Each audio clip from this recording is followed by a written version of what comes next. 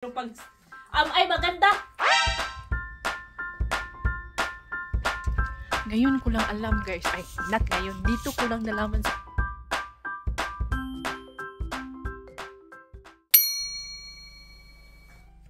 Chungya. 자자. 물 자자. 가자. 잠깐 일어나. 어찌.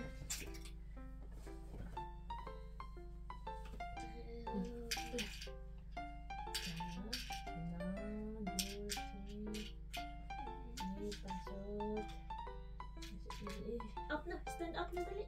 Up, 일어나세요. 전 얼차나 좋아요. 가까이 잘 자셔요. 가까이 잘 자셔. 잘 자셔. 옷 입고. 자, 쉬하세요. 쉬하세요 좀. Hello mga kabisdak! Welcome back sa ating vlog! For today's video ay ibabahagi po namin ang aming weekday routine with Little Insoy and Daddy Insoy. So may mga nakapansin na na hindi nagsasalita. Bakit daw hindi nagsasalita si Little Insoy? Yes mga kabisdak, si Little Insoy is now 6 years old, turning 7 years old sa August. Ngayon is grade 1 na po siya. Isa na po siyang elementary student. At tama po ang iisip nyo, si Little Insoy is hindi siya totally hindi nagsasalita, guys. Nagsasalita po siya, nakakapagbigkas po siya ng umma, apa, halmi, mga ganun, multong, yung mga basic na words yung palagi niyang nagagamit. Pero unconversational pa po si Little Insoy. I think na-share ko na po ang story ni Little Insoy sa FB 2 years ago yata, yung kanya mga therapy. 1 year old pa lang po si Little Insoy, nakita na namin na may siya, kakaiba po si Little Insoy kasi hindi siya nag-pointing, hindi siya masyadong nag-eye contact sa amin at hindi din niya sinusunod, hindi siya nag-copy sa aming mga salita. And then, yun, may signs of autism si Little Insoy. So, mga 1 year old siya, guys, nag-therapy na siya, tinuturuan siya doon kung paano makipaglaro, paano mag-pointing, paano magbigkas, paano maghingi kung meron siyang gusto. At kami din mga parents, tinuturuan kami kung paano matulungang ma-develop ang isang bata na may signs of autism. Sa ngayon, mga kabista, grade 1 naman siya, no, may special teacher po siya, one-on-one. Tas, yun, tinuturuan din kami ng special teacher niya kung ano ang gagawin namin. Dapat maging independent. First of all, maging independent si Little Insoy. Marunong na siya magsuot ng kanyang mga damit, marunong magsuot ng medyas, marunong na yung kumain, nagamit yung fork, ano bang tawag sa English dyan, yung maging independent na siya ba. Yung kanyang teacher, hindi naniniwala na autistic na bata si Little Insoy kasi daw si Little Insoy, nakakaintindi siya ng marunong siya magbasa ng aming mga iniisip at ng aming feelings, tapos yung eye contact niya is very good daw. So, ayun mga kabisdak, ang sabi niya sa amin, ang advice niya sa amin, laging i-expose si Little Insoy sa labas, sa mga bata, lagi daw namin kakausapin, huwag masyadong tumingin sa TV, basta laging mag-usap at dapat laging maglaro at masaya. Yun ang pinaka-advice niya, dapat masaya kayo sa bahay. Tapos mag-give compliment kung may nagagawa si Little Insoy, like kaya niya nang sumakay sa bus mag-isa, give compliment para ma-motivate, bigyan mo ng motivation ang bata. Ang schedule ng kanyang bus, dumadating siya sa tapat ng aming bahay at 8:25. Pero today, special case kasi absent yung unang bata na pipick upin ng school bus. So, dumiretso sila sa amin dito sa bahay. So, nung nalaman naming maingay na sa labas, nandun na ang school bus, ay dali na kami mga kabisdak para hindi maghintay yung driver. Malamig pa naman sa labas. Sa ngayon is, tinitrain ko po si LE na siya mismo ang mag-zip ng kanyang jacket. Very obvious po, no? Madumi tingnan ng ating mga wall. Gawa po yan ni Little Insoy, mga scribbles niya 2 years ago. Ano pa lang siya? 4 years old pa lang siya mga kabisdak. Mahilig po siyang mag-drawing sa mga walls namin. As in, lahat yata ng aming mga dingding may drawing. Pati kurtina, guys. Sinayaan ko na lang. Sinusuportahan ko na lang siya sa kanya mga pag-drawing. Pati floor, pati bed. Kung makikita nyo yung bed, bed frame, ay, puro sketch niya. 뭐야, 버스 벌써 왔어? 가자. 진짜,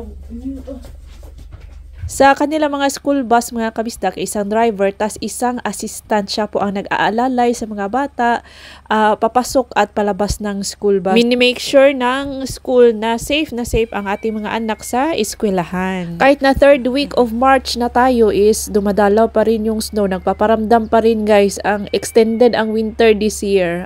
Usually pag March dito sa Gangwon-do talagang medyo mahaba po ang aming winter dito kumpara doon sa Seoul. Sa the rest part of South Korea, dito sa Gangwon-do, ano siya, maraming snow.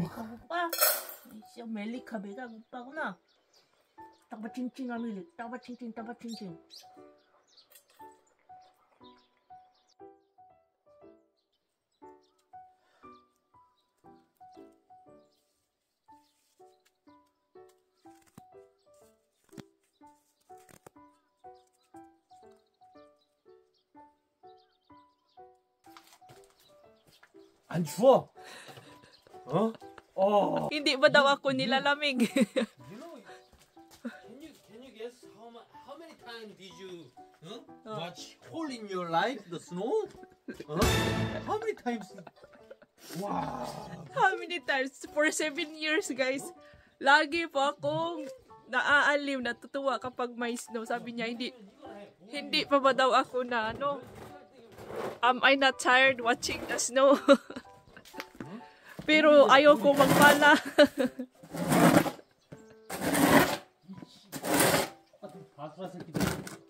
Basura sakit. Ang bahay ni Insay, wala nang nakatirang aso sa bahay ni Insay. Ibigay natin to sa aso sa ating kapitbahay.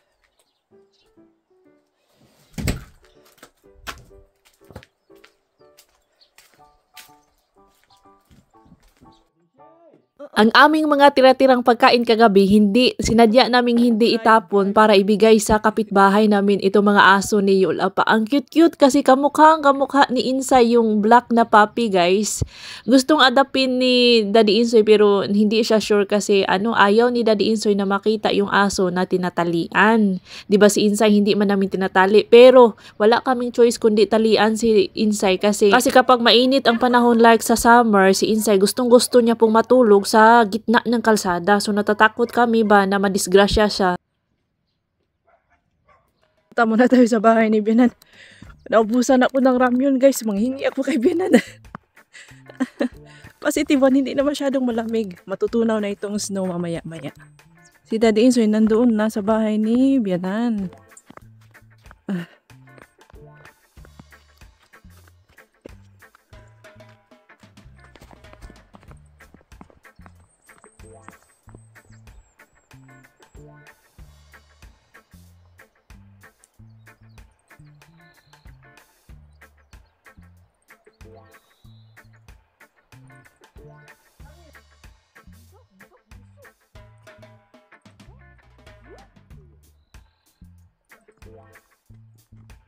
May ramyun na pala doon sa bahay mga kabisdak.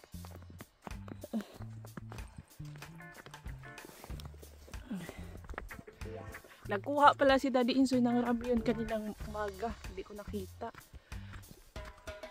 Dala-dala ni Daddy Insoy ang kanyang bagong laba na VAR volunteer uniform. May gagawin sila today sa bayan. Alis yan mamayang 9. Ngayon is 8:30 naman. After 30 minutes, alis na yan si Daddy Insoy. Kasi! Shut up! Okay, meron pong ramyun na hindi maanghang mga kabisdak. Ito siya. Sari gomtang. Ano siya? Sabaw siya ng baka.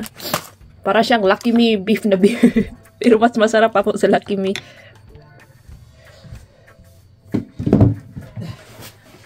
Para po siyang sabaw ng bulalo na nilagyan ang noodles, nilagyan ng pansit. Pwedeng pwedeng iulam guys. With rice. So, kawawa po ang ating kimchi. Wala na talaga, yung sabaw na lang at konting sahog, yung mga, wala na yung cabbage, naubos na yung cabbage, yung mga sibuyas na lang ang kakainin. Hindi po kompleto ang pagkain ng ramyun kung walang kimchi. At ganito siya kainin guys, oh. Itong takip ng ito, yung bowl na ito, yung pot na ito, nembi. Nembi, pot in Korean, nembi. Ito po talaga ang ramyun nembi, guys. Mas masarap po ang ramen kapag lutuin mo siya sa ganito na pot. Tapos yung kanyang tukong, yung kanyang cover, yung kanyang lid, dyan mo gawin mong plato.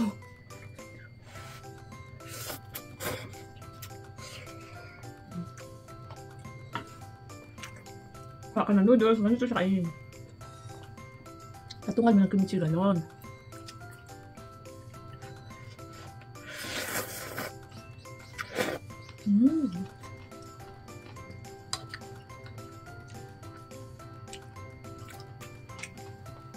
Sarap talaga ang kimchi, eh. Sarap talaga, guys. Promise. Kumain na po yan ni Daddy Insoy. Nag-ready na yan, umalis.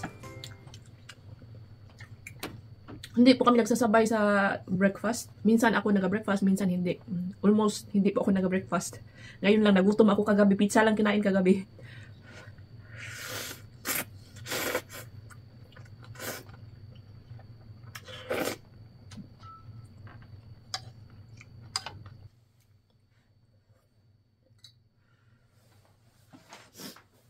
이거 해 이거. 앱에서 이거 찾아서. English 버전 앱이니까. Computer? 어디? Your cell phone. Cellphone.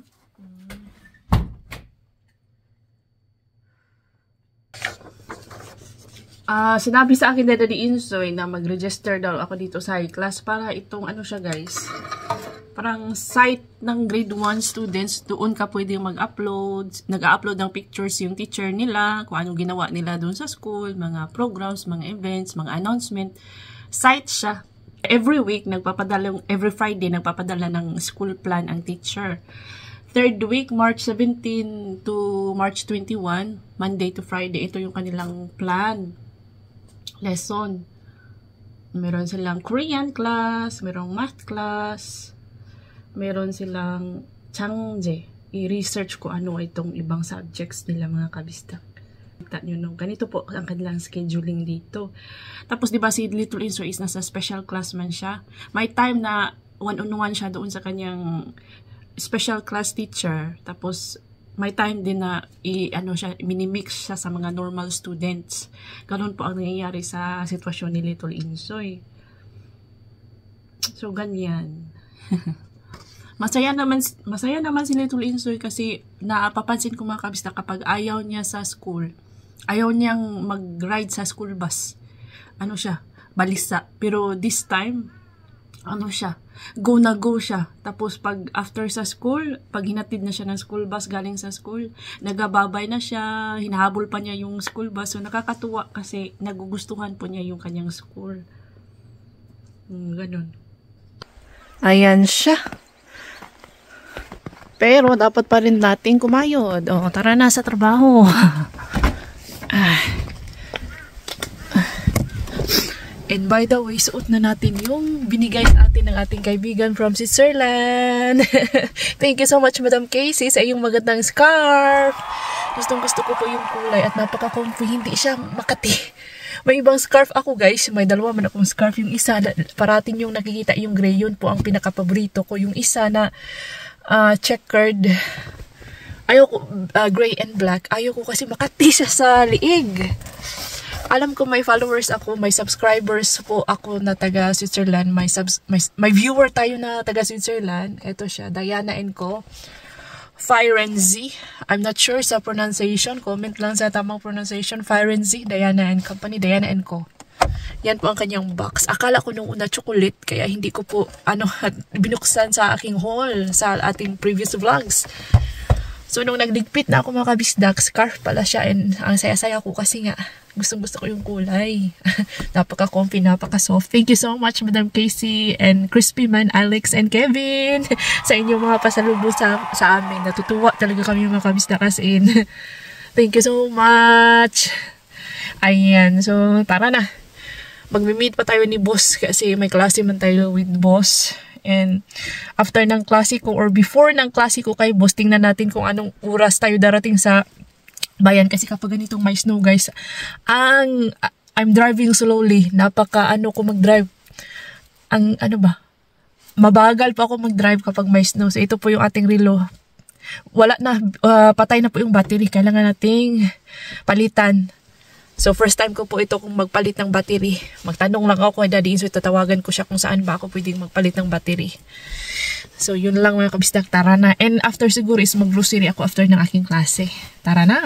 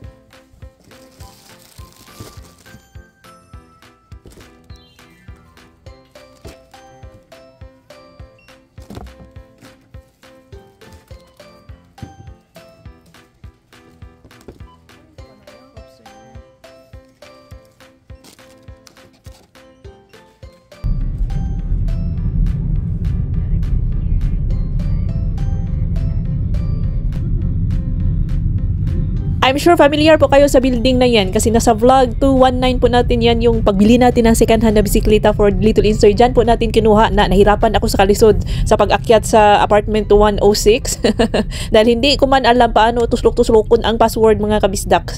So dito na po tayo. Ang haggon ko is dito din mga kabisdak sa 3rd floor ang haggon, sa 1st floor ay coffee shop. Nagbaon pala ako ng ano guys, baka gutumin ako na. Heto, yung bigay na paayuda sa ating previous vlogs, vlog 220 yata. Oh, ito yung isa sa mga ayuda doon. Emon, hindi almond, emon and walnut drink.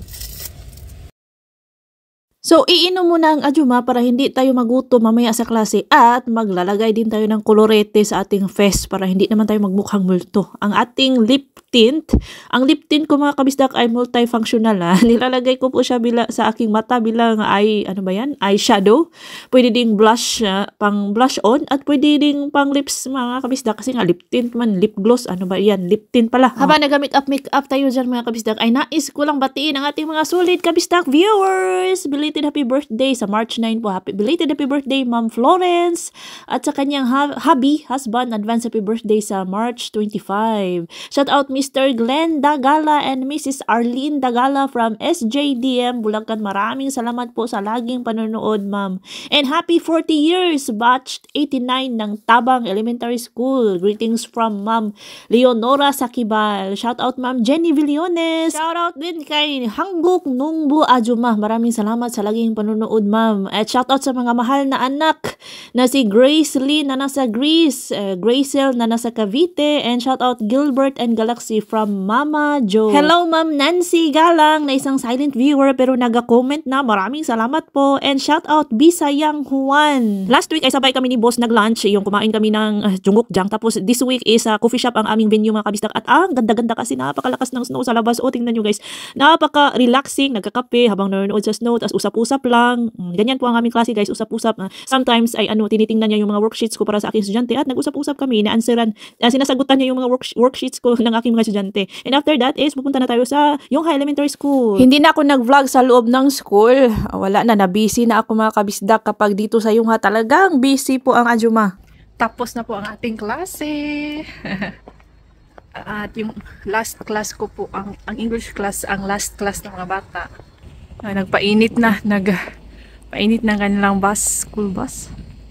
At tayo ay uuwi na. Kapag may natunaw na po ang mga snow. Sumikat na kasi yung araw. Parang linis, ang linis-linis ah.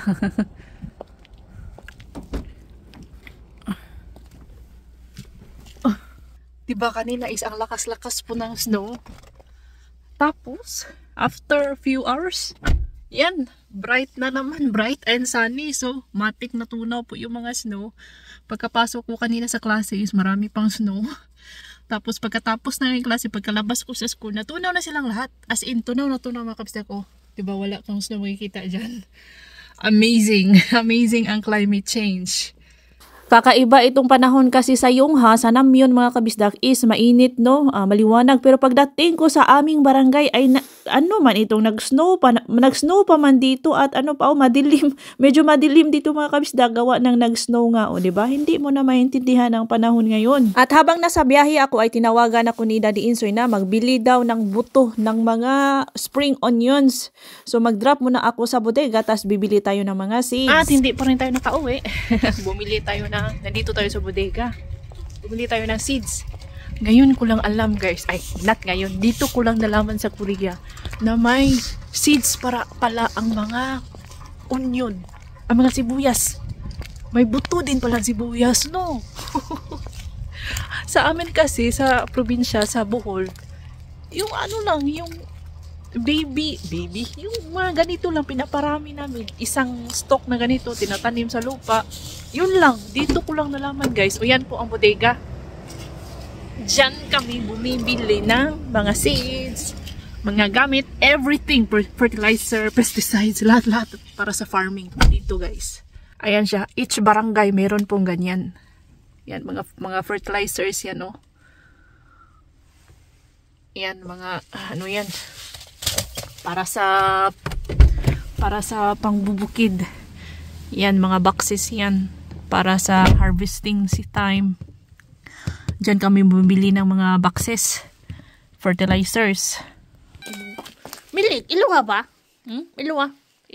Nonon, buntis ka, buntis? Kisa may uyab ni mo? Sino man nakabuntis sa iyo, Milik? Pag ganitong may snow, makapal pa man yan kanina guys. Boots po ang sinusuot ko. Itong boots na ito is 7 years na to sa akin. Since dumating ako sa Korea, first winter ko, binilan ako ni Daddy Insoy ng boots. Ito po ang unang boots ko. Hanggang ngayon, buhay na buhay pa siya. Buhay na buhay pa guys. As in, wala pang damage. Okay na okay pa yung good item. Ang aking boots. Ito lang, one and only boots ko mga kabisdak. Finish it.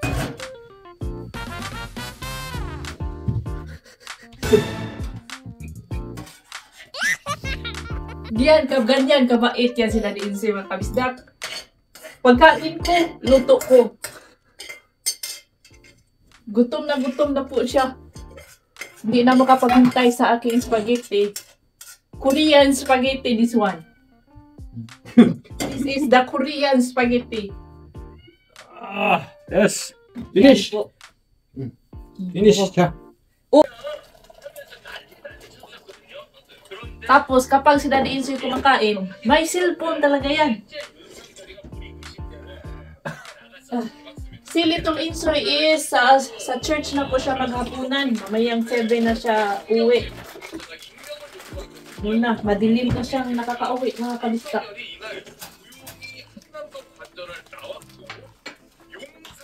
Masarap yan, majiso. Yeah.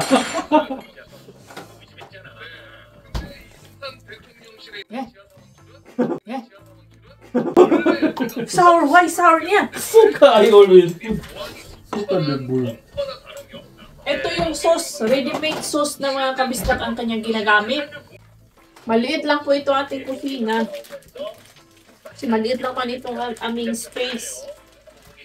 Di ba mahaba man ito na bahay, pero 1/3 lang ang aming inoccupy. Isang kwarto, kusinang maliit. Ito CR yan guys. Kwarto / living room. Living room, kusina, CR, yun. With Gim and kimchi. Ang sauce na nabili natin sa J-Mart, bacon roast spaghetti, bacon roast spaghetti sauce. What are you waiting for?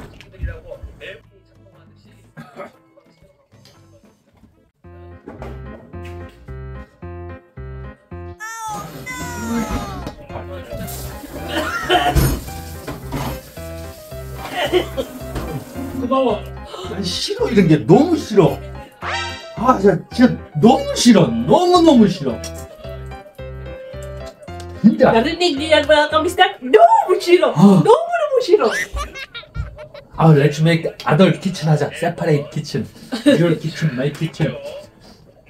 아, Sabi ni Daddy Insoy sa bagong bahay namin, separate yung kitchen, kusina niya, kusina ko, kwarto niya, kwarto ko. Let's make 2 houses na lang. Ito yung Silver Award na cheese galing sa ating Madam Casey. Ang ginagawa ko mga kabisda kasi hindi ako nakabili ng cheese grater. So ang ginagawa ko sa cheese, kinagupit-gupit ko ng manipis at ayan, nahalo sa ating spaghetti. Ikaw what? Very hot nito.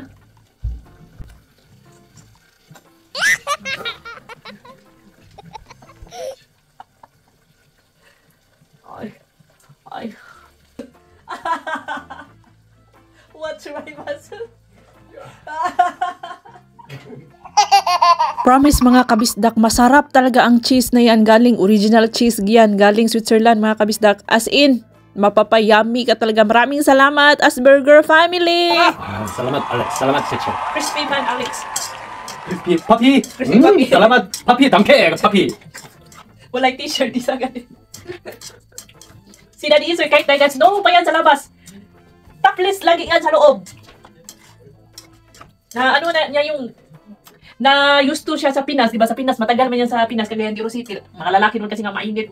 Shirtless, topless. Yan, nagaya niya mga kabistak, nadala niya until dito. Pero kapag nasa bahay siya ni Binan or nasa bahay ka, ibang bahay kami like, bahay ng ibang Koreans, kung ni mga kapatid niya, hindi po siya nagaganyan dito lang sa amin. Kaya pasensya na kayo kung nakikita niyo si, yan talaga ang tutunay na nangyayari dito sa loob ng bahay, guys. Topless talaga yan si Daddy Insoy. At ako naman, walang bra, ganun.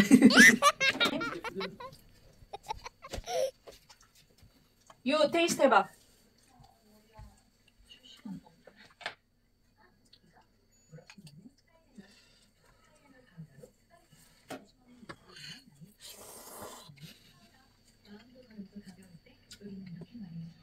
맛있어. 진짜로? 진짜 맛있어. No sinungaling. 진짜로.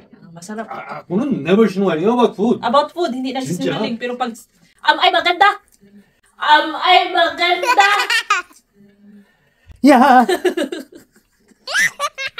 Yung answer niya parang pipilitan ba? Spaghetti.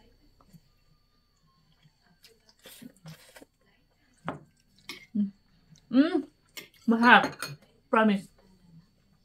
Bacon rolls spaghetti sauce. Pero wala pa rin mas. Walang tatalo sa spaghetti ng Jollibee. Pinoy style ba na sauce?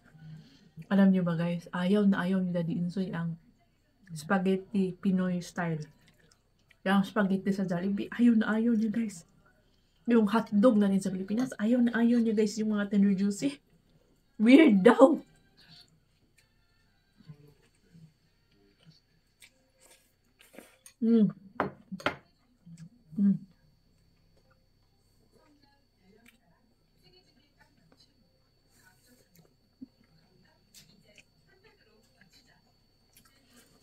And that's all for today's video mga kamisdak. Thank you so much for watching. Ingat lahat!